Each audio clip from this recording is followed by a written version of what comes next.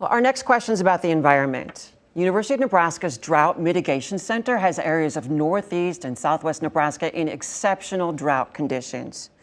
Do you believe that this is cyclical or a sign of climate change? And what kind of climate policy do you support to protect future generations? We'll start with Senator Vargas. Thank you. Well, one, we need to make sure that we are being honest. Climate change is real.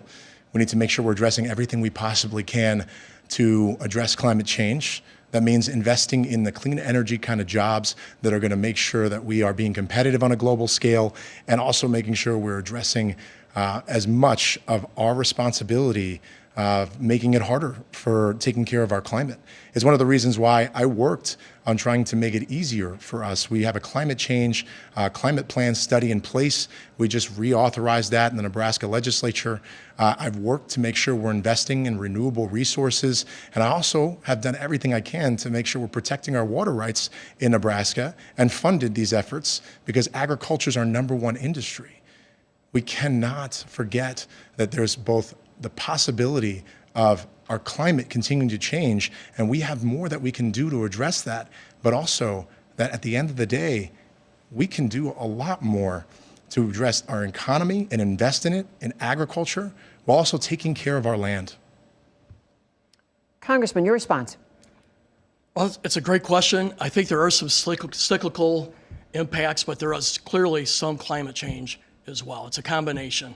We've seen that in our ports. As part of the Armed Services Committee, I've traveled to our ports. Every year the water level goes up about 1 millimeter or 2 millimeters.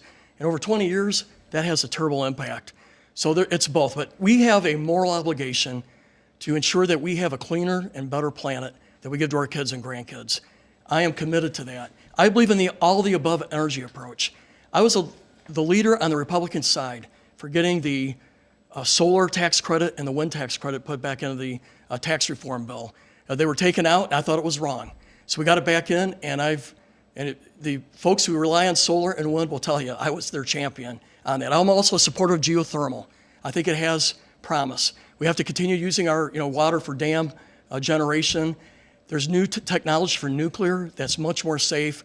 By the way, France has gone 95% nuclear, and they're not having any of those issues that you're seeing in Germany right now and some of the other countries.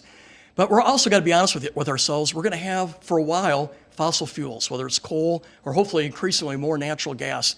I'm a supporter of carbon capture. If you're going to use fossil fuels, capture the carbon up there. But unfortunately, the other side of the aisle have resisted that. I just think it's a mistake. I've supported battery research to expand on that. And finally, I'm the Republican leader for the Growing Climate Solutions Bill that will help our farmers get carbon credits right here in Nebraska. Thank you, Congressman. Senator Vargas, your rebuttal. Thank you. Look, I'm a former science teacher, and I'm also a father. I care whether or not our land and our water and our climate are protected. That's why I want to make sure that we're investing in the type of energy solutions that are both renewable and reforming some of our existing solutions. I've worked on that in the legislature and have voted for it. I want to make sure we send a member of Congress that is willing to do both keeping up to date with what we're doing here in the country, with making sure we're addressing climate change, and have a better answer than saying we have some climate change, but actually definitively saying climate change is real and we can do a much better job as Nebraskans and human beings for addressing this issue. Congressman, would you like to respond? We do have climate change, but it's not the sole impact. One year you can have more rain than the other year. You do have cyclical movements here, but we do have climate change. But I got to just speak up too that the left part of our country, the left-wing part of the Democrat Party, has drinking the Kool-Aid on this and have gone extreme to the point where they have been waging war on our natural gas industry and coal industry.